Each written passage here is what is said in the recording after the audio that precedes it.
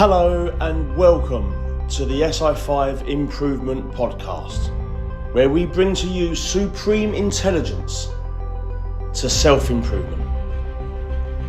With high performance from everyday people, because I truly believe that every single one of you has advice to give, value to share, that the listeners from this podcast can take into our own life, apply and improve.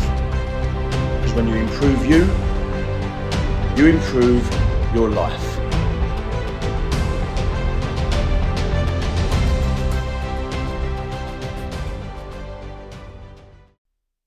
So welcome to another episode.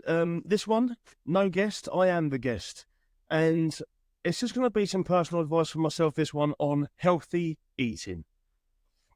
Now, first of all, I personally believe that healthy eating, other than a desire to change and improve, so first of all, the most important thing is wanting to improve.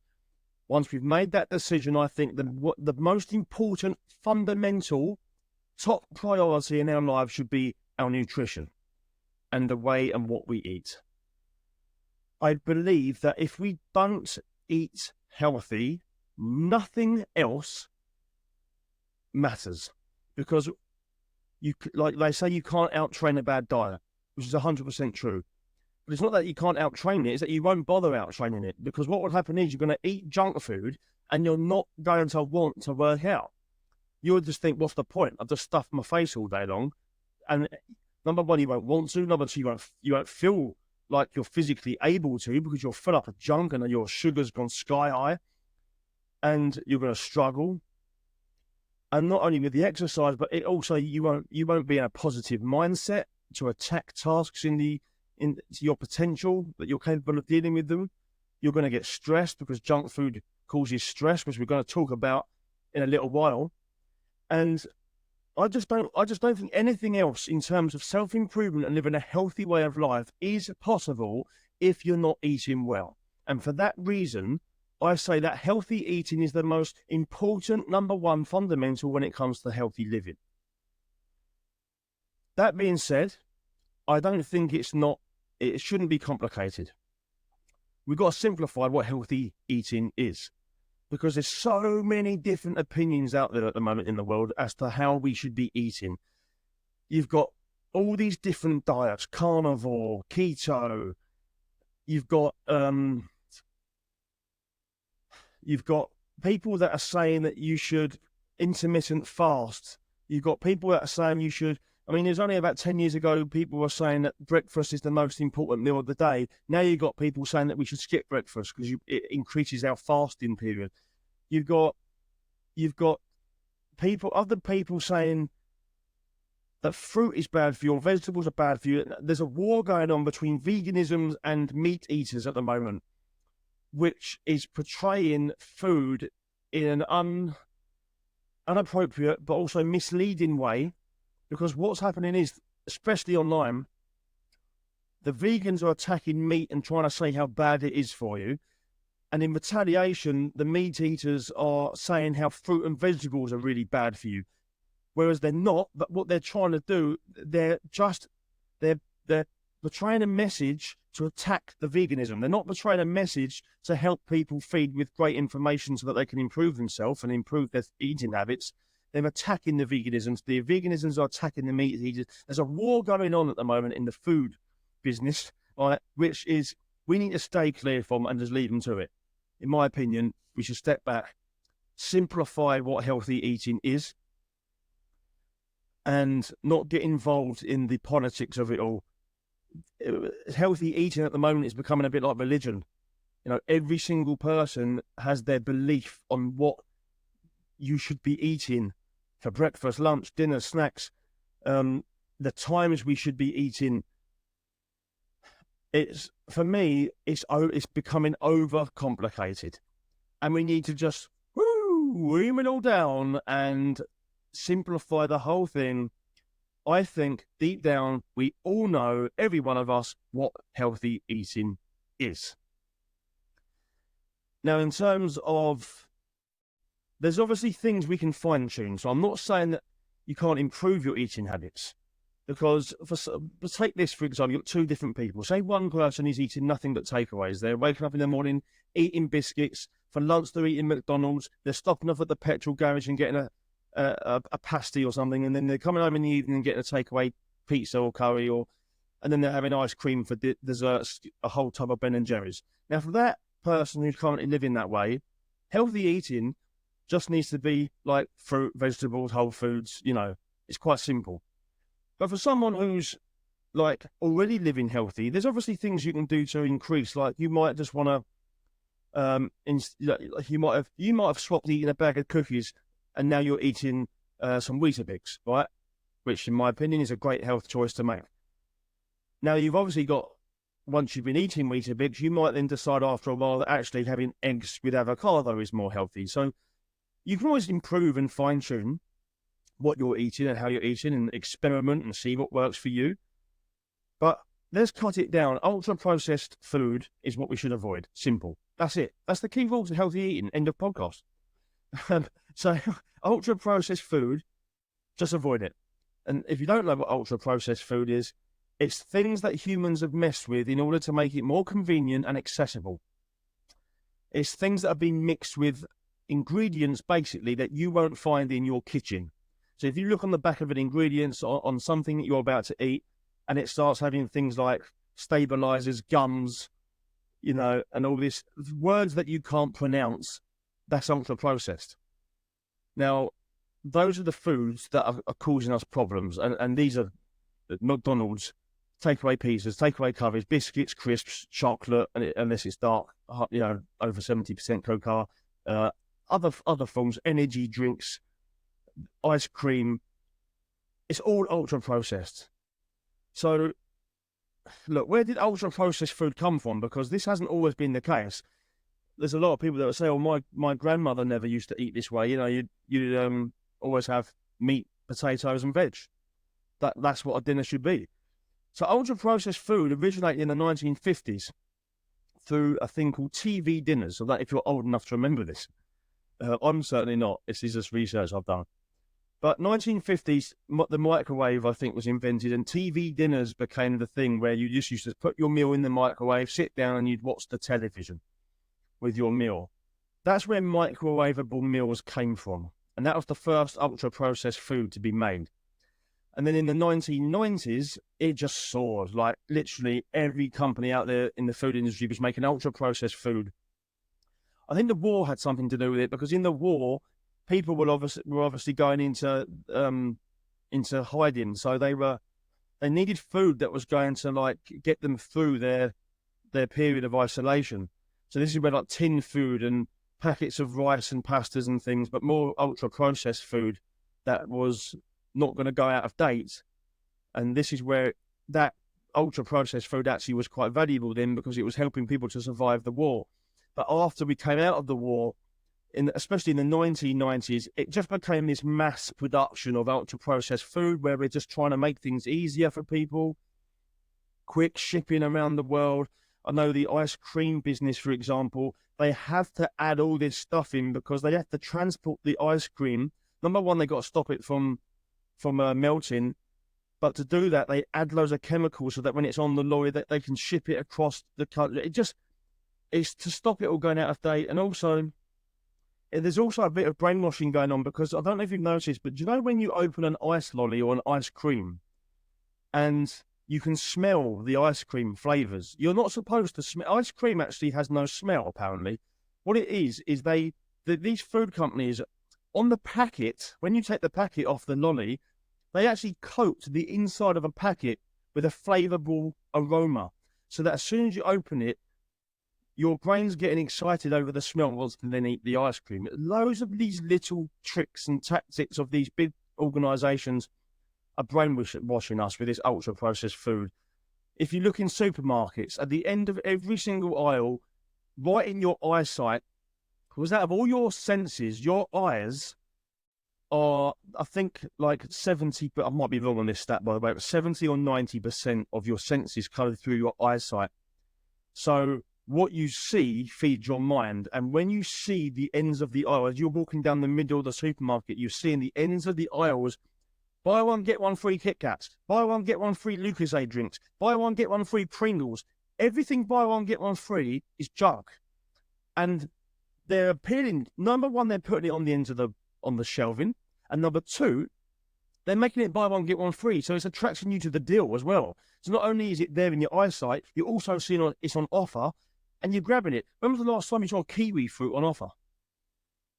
When was the last time you saw kiwi fruit on the television adverts saying, come to Marks and Spencer's and get your kiwi? No, you don't, do you? Every advert you see on the telly is junk food. The junk food marketers are brainwashing us every single day. Every time we walk into a supermarket and every time we switch on the telly and every time we look at our phone, there are adverts advertising junk food because it makes the industry so many millions of pounds and keeps humans from reaching their potential.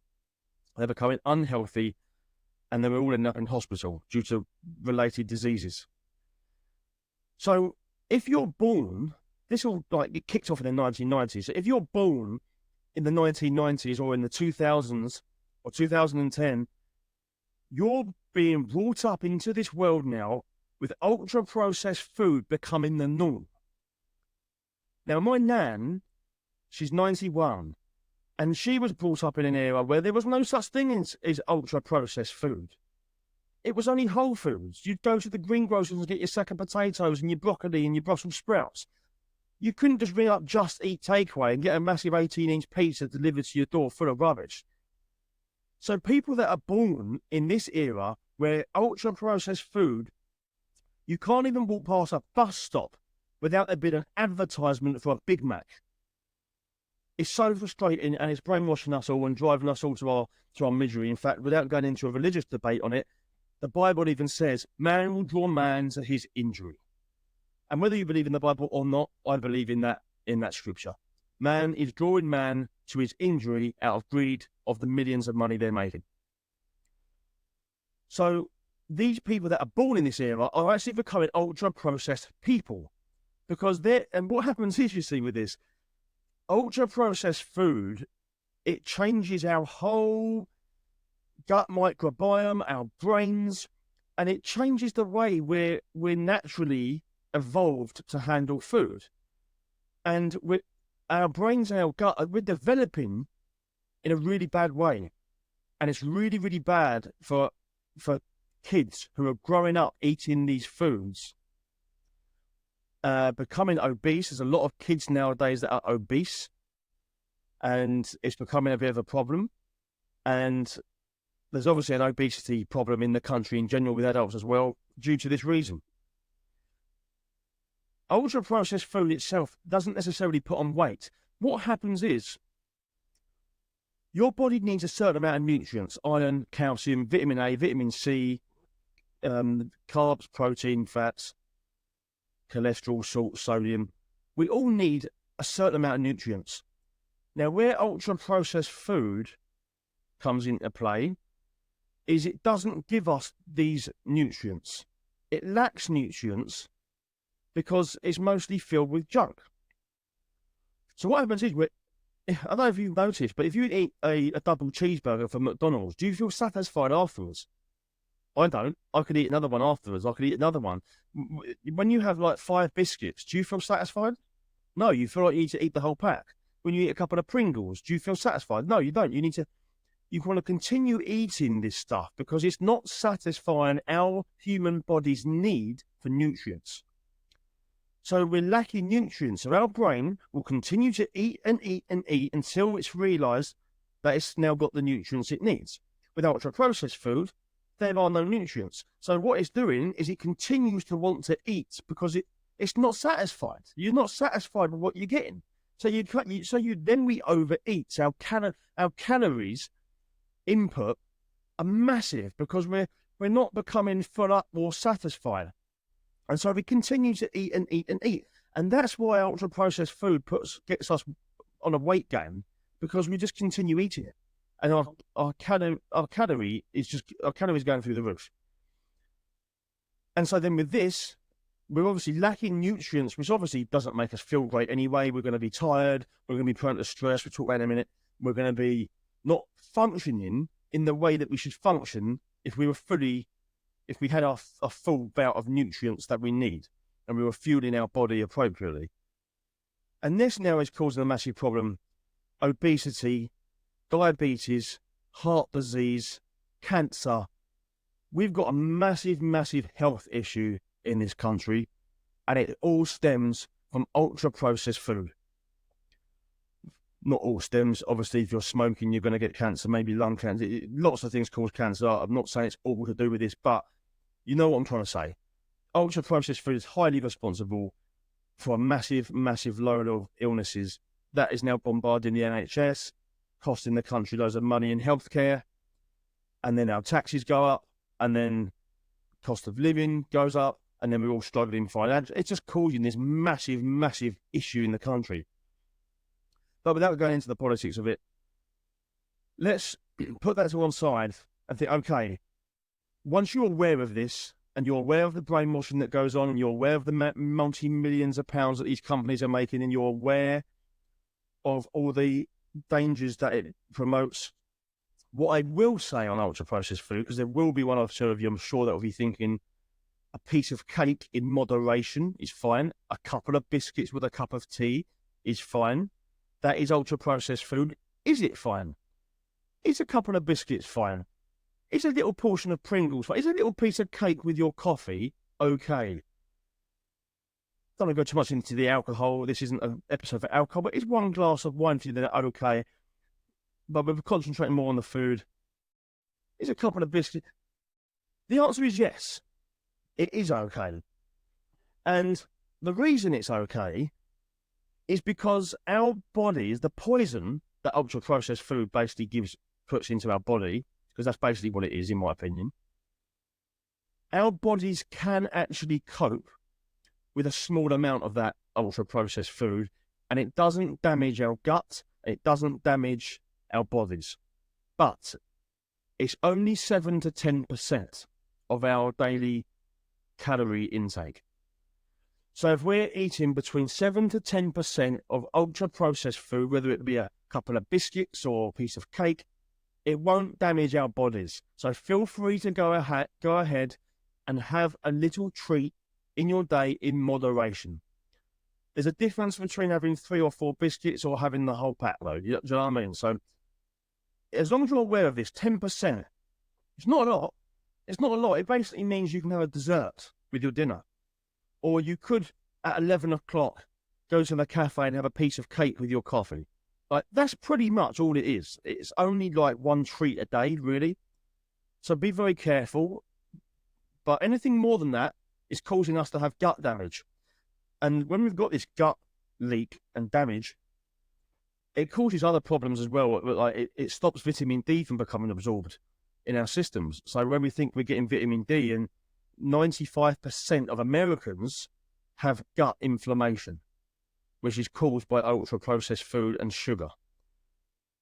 And then you've got a vitamin D deficiency because you're not getting enough. Even if you're taking a supplement, it's not doing anything, nothing at all, because the way it gets digested is just not working because we've got gut inflammation. 95% of Americans have got gut inflammation. I don't know what it's like in the UK. I haven't looked up the stats on that. So having a treat is fine. Now I want to move on to how we actually feel when we decide to start making changes in our nutrition, and how healthy food can help us to feel good. Now to start off with, if you are eating junk to excess, maybe you've got a binge eating problem, or you're just eating too much junk, there will be a period of withdrawal. You know, your sugar, your dopamine will need resetting, and you're going to be on a bit of a low for a while. So after that withdrawal, which usually takes about a couple of weeks to get out of sugar withdrawal, it takes about a month to reset your dopamine system, but that's another topic for another day. After about 2 weeks, you'll notice that your skin is more healthier. Your eyes are more glowing. I don't know if you notice, when you've got big black sacs under your eyes, people think it's down to tiredness, which it can be, but it's also down to high sugar. And the reason is that somehow, I'm not a scientist, but you can correct me if I'm wrong, but something to do with high sugar affects our skin and darkens our skin. But the reason you can't see it on your body is because your skin is so thick. But underneath your eyes are the thinnest part of your skin. It's really thin skin. That's why that black, dark substance underneath your skin is visible in the eyes. It's when you've been eating a lot of junk food. So if you see someone with massive bags under their eyes, guaranteed they're eating junk food. Now, you'll notice a massive change in your eyes after a couple of weeks. You'll feel lighter in weight in the first couple of weeks, and this is more down to dieting as well, but we're not going to focus on dieting in this episode. But when your glucose levels are high because of your high sugar content, your glucose gets spiked, your insulin then brings it back down. But your glucose, when it's high, it's also attached to water. So when your glucose is high in your liver and in your muscles, your glucose is attached to the water. Now, when your insulin brings your sugar levels down and it stays down, that glucose will start to break free and it'll lower and it'll disappear. But as that goes out of your body, the water attached to it also goes. This is contained in the liver and the muscles, which explains why there's a big weight loss in the first couple of weeks of losing weight, because there's a lot of water that's leaving the system, which is leaving with the glucose. So you'll notice that in 2 weeks, you'll probably lose half a stone, because it's like you're getting rid of so much water, which you don't need. It's just clinging on to the glucose. Now, after about a month, you start to feel great, confident, your self-esteem rises, your creativity rises, your productivity rises, your positivity increases. Why after a month? Because your gut microbiome is key to how you feel. And your gut microbiome are trillions and trillions of bacteria and microorganisms, that includes bacteria, that is living in our gut. They feed off what we eat. These live microorganisms. Everything we eat, they feed off it. And if we're feeding it with ultra-processed food, it disrupts our whole gut system. And when it's disrupted, and these bacteria, they don't like feeding off ultra-processed food. They like whole food and fibre, which come with fruit and vegetables. Now, when the gut microbiome is not satisfied and there's a disruption to our gut, it sends signals to the brain via a nerve. Can't remember the name of the nerve now. But it sends signals to the brain, and the brain then puts us in a bad mood because we're not happy. It knows we're not happy. This is where you get the saying, you are what you eat. Because what you eat affects your gut microbiome, that then communicates with our brain, that then is not happy. It makes us feel down and miserable, depressed, negative. And when we eat well, our gut microbiome is then well and happy. That sends signals to our brain. And do you know, I think it's something like, I'm not going to quote the percentage, there's a high percentage of serotonin. Now, serotonin is a mood enhancer. That you also find that in antidepressants work by increasing the production of our serotonin. Now, a massive percentage, like something like 70 to 90%, I believe, of serotonin is produced in our gut, not our brain. It's in our gut. Also, daylight through the eye, it also produces serotonin. The brain releases serotonin based on the nerve behind the eye. That also produces serotonin, but our gut is responsible for most of it. So when we eat well, our serotonin gets produced, which is like a natural antidepressant, which is why we are what we eat. And which is why before anybody with depression goes to a doctor saying, please give me some medication, the first thing you should do is start eating well, exercising to release endorphins, and getting enough daylight. Because then you're naturally, on your own accord, you are dealing with your own problems first before turning to anybody else for help. You're getting your serotonin, you're getting your endorphins, your dopamine, and all these things make us feel good. So if we eat well and exercise, I'm not talking about exercise today, but I'm just explaining how the gut microbiome is responsible for producing this serotonin, communicating with our brain, that puts us in a good mood. So, after 6 months of eating healthy, I'm going to talk about me personally here. I found like I completely changed the way I was viewing food. It was like I had this massive reframe of my brain just started repelling junk food. And I spoke about this on another episode where a friend of mine contacted me and said he's having a double cheeseburger from McDonald's, and I physically felt sick. Now, I'd never felt physically sick before. I used to crave a burger. Like, you put a double cheeseburger from McDonald's, I'd be like, I can murder that right now. Literally, I could just like, yeah, brilliant. But after 6 months, and during that 6 months of me eating healthily, I was tempted all the time by all this junk food. I was, it's appealing because our brains get excited by the amount of calories in there and it's sugar, and it makes us feel comfortable. But after 6 months, my brain just completely transformed the way it viewed food, and I was quite surprised by this. I started to like look at junk food and just have a complete disregard for it. Like, it just made me feel sick. The grease from the burger and the ultra processed chemicals just poisoning your body. I just literally completely went the opposite direction in the way I viewed junk food. And after 6 months of eating well, you think in 6 months' time, if your gut's producing this communicator with your brain that produces serotonin, and the gut microbiome's happy, your brain's in a good mood, you naturally just start feeling brilliant when you've been eating healthy for a long period of time. You just naturally start feeling more positive, more creative, more productive, less tired, more energy. I'm not just saying it, like, you literally do feel more positive.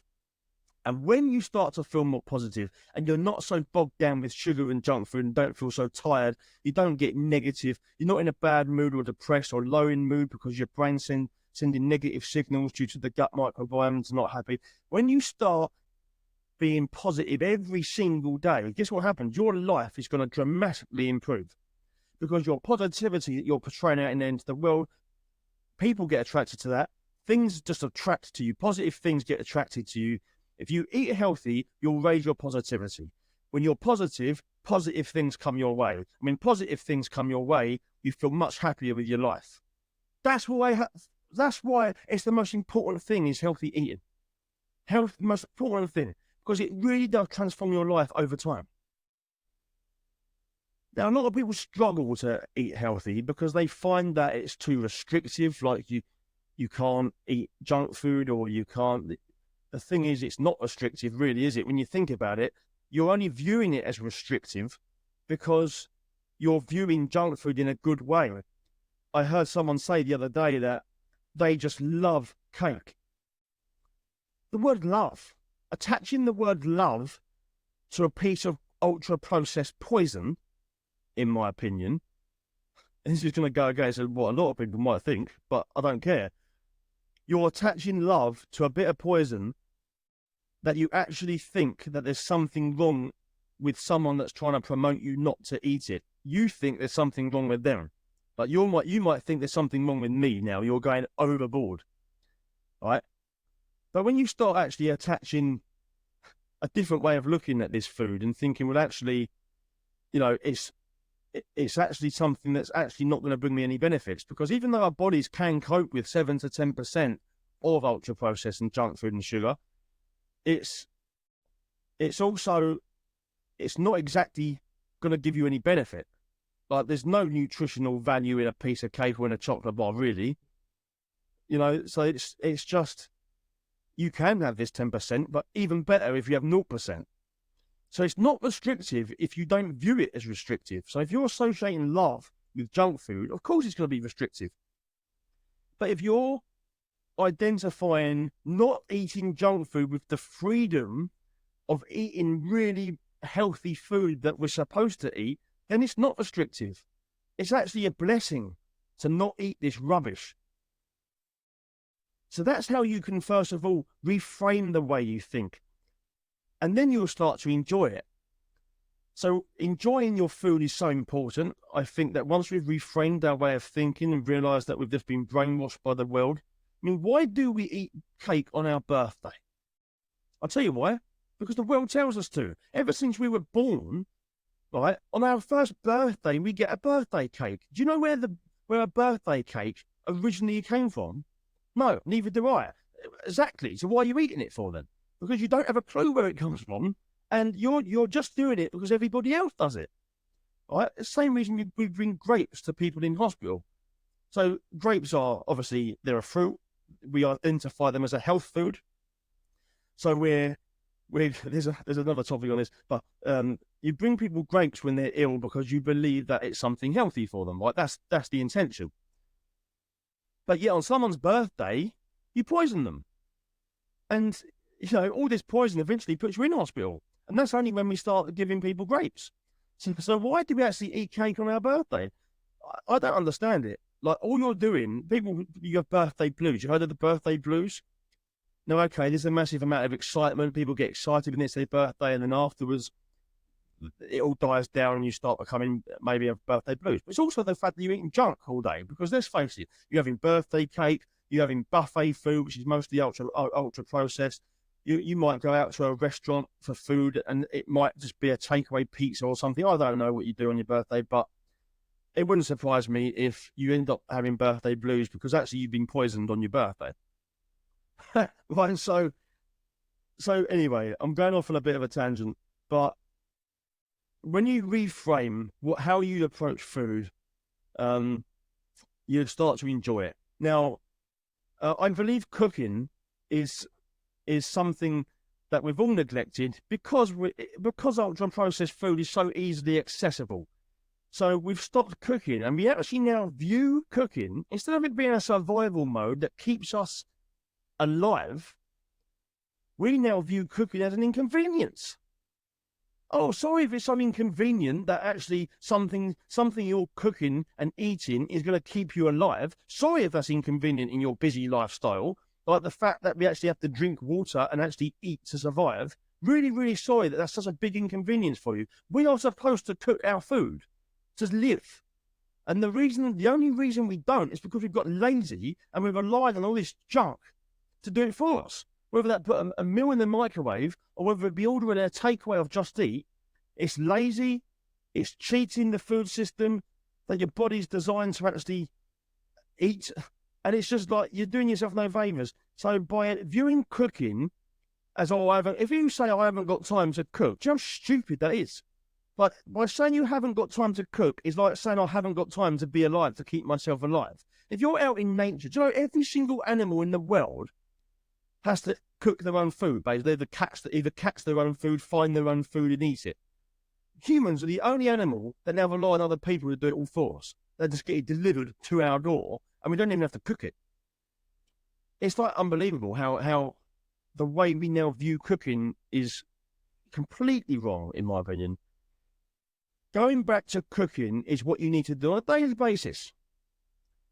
And not only, right, do you ever get a sense of satisfaction when you take a meal out of the microwave? Do you ever feel proud of that? No. Do you ever feel proud when you get a delivery and think, oh, you're really proud of yourself for getting a Just Eat delivery or a Deliveroo? No. But I'll tell you something, when you cook your own dinner, how many people get their phones out and take a photo of it and broadcast it to everybody? I do. Do you know why? Because it makes you feel proud. Because you just created something. You've just created a dish on your own using gas or electric. You put the food in yourself. You've cooked it yourself. You presented it on a plate yourself. You feel proud. Your self-esteem rises. You get a sense of accomplishment and you enjoy eating it. So that's one thing, another reason why cooking is brilliant. And if you can get cooking to become one of your hobbies, like not even survival mode, go the extra step further and make it your hobby.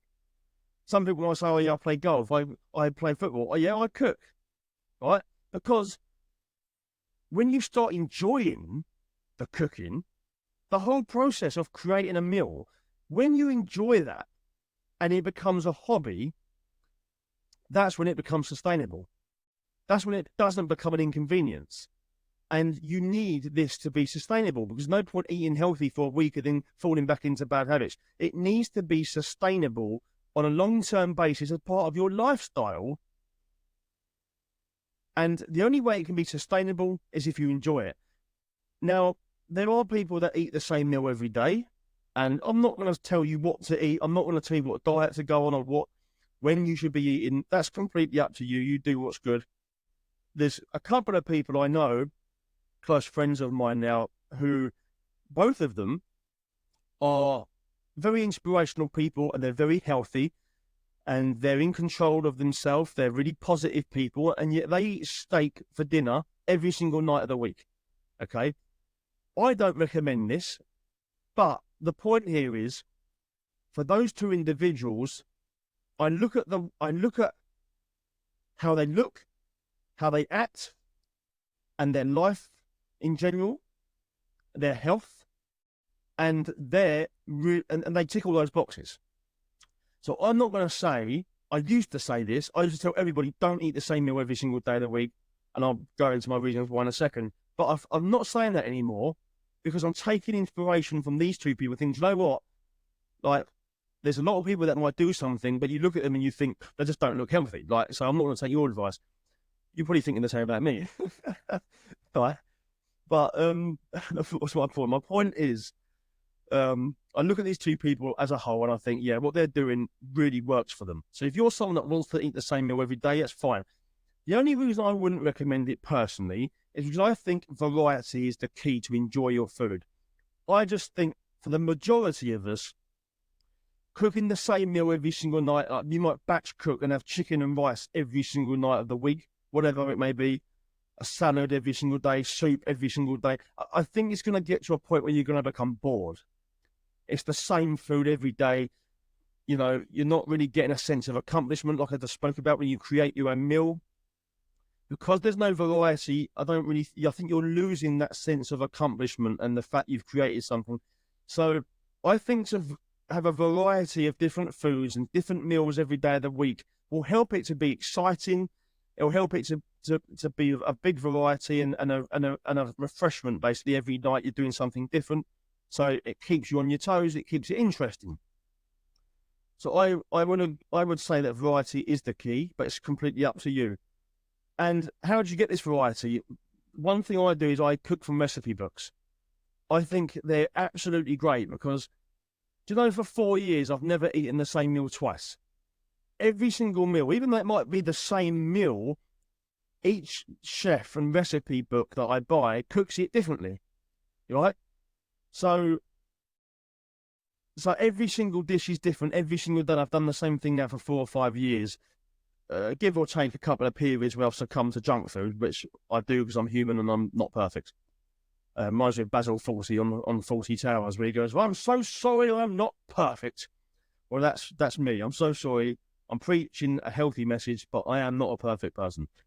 So even though I'm talking about healthy eating, there are times where I give up and I start eating junk food because I'm tired or I'm lazy or I'm negative or whatever it may be. So, you know, we're all human beings. But I'm talking about just get yourself a cookbook. I think it's a great idea. The meals in there, right? These chefs, they're not going to produce cookbooks that are unhealthy, are they? What's the point? You will get one or two where, like, I don't know, Jamie Oliver might put in a bit of extra olive oil, but generally speaking, right, they're all healthy. They've all got a variety of ingredients that feed our nutrition, like in every aspect of that nutrition. Like you'll find that I type in these meals into my Fitness Pal app, and you can see the nutrition. Now I can look at the nutrition on one meal by typing in the ingredients, and I can see it's got a bit of iron, it's got a bit of protein, some fats, healthy fats, some carbs, some bit of calcium maybe, and some cheese or whatever it may be, and it's a good balanced meal.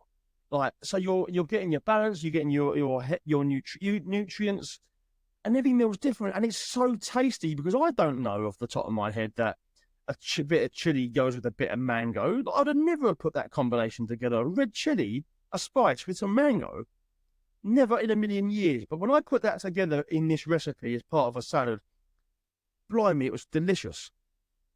And so you're never going to know until you try new things. So yeah, 100%. I would, if anyone wants to eat healthy, get yourself a recipe book. And do you know what? It's not complicated. People think, oh yeah, but I can't sit there with all this stuff going on. Don't watch the chef programs on the telly because, like Hell's Kitchen, it portrays a bad message with cooking. It gets you to think that cooking's messy, it's stressful, you're battling against time. It's not. And something I'm going to be putting out here soon is basically get your ingredients together first. chop all the ingredients first, and then you're under no pressure to cook. Everything's done. You just throw it in the pan. You're not racing against the clock. So for me, yeah, make it enjoyable, make it variety, and that makes it sustainable. Now, I'm not going to talk about weight loss in this episode. It's just about healthy eating and how it makes you feel in general. But if you want to lose weight as well, you've got to get the maths right in terms of your calories in versus calories out. It's all about maths. So that's a topic for another day.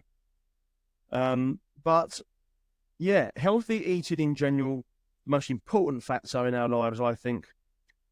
When we start to live that way and we're healthy, lots of things are then possible. You know, we can start exercise, we'll be better productive at work, we'll be in a more positive mindset. Just trust me, because I've done it. And I know how it feels to eat junk, and I know how it feels to eat well. And if anyone knows me, you will see this, because when I eat junk food, day after day after day, I become an extremely negative individual. And this portrays, like, people that know me well will know that they will just know in my attitude when I'm not doing well for myself. And, like, it's not my fault necessarily, but it's my responsibility, and I need to keep consistently with my healthy eating, because when I eat healthy, put it this way, I wouldn't be sitting here now on this podcast if I was eating unhealthily. Number one, I'd feel like a hypocrite. Number two, I'd be too negative. Number three, I'd be too tired. Number four, I'd be too busy stuffing my face in the conservatory with junk food. So I wouldn't be here. I wouldn't be acting so positive because I'm not eating junk. And so there's a massive, massive difference. And you have the power, because you control what you put in your mouth. You control that. You have the power. If your life isn't going well, question what you're eating now. If you've had a bad month, or you've had a bad time at work, or you've had a bad time in a relationship, ask yourself, what were you eating at that point? I can do this with myself. I can reflect back on past relationships that have maybe had a wobbly period or have ended.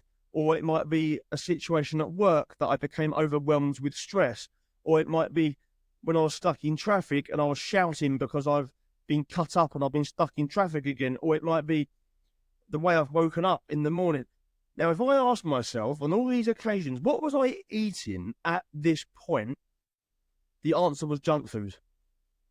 Never have I ever been eating really, really well and healthy and not dealt with a situation in life well. Every time I've dealt with a situation in life well has been because I've been eating healthy. It is the fundamental roots of every positive thing that's going to come into your life. I can't express that enough. So if you're someone that is blaming other people or blaming a situation, or you don't feel well mentally, just question what are you eating, and then make some changes to your eating and start eating healthily. Give it some time, like I discussed, 2 weeks to really overcome your withdrawal, a month to really start feeling better, 6 months to start improving your life. I hope it's been of some value here. Like, let me reiterate that a lot of this is my opinion based on my experiences personally. And if I've got one or two things wrong, or if you don't agree with one or two things I've said, that's absolutely fine. This is just my podcast, me expressing my own opinions in based on what I truly believe. And the source of where this information is coming from is I want to help people improve their life. So when that's the motive, you can get things wrong, or you can say things that might ruffle people up the wrong way, but the motive is good. I want you to take something from it, apply it to your life, improve who you are, start eating healthily, and improve your life. Take care, guys. Have a great week, have a healthy week, and have a nutritional week. Over and out from SI5.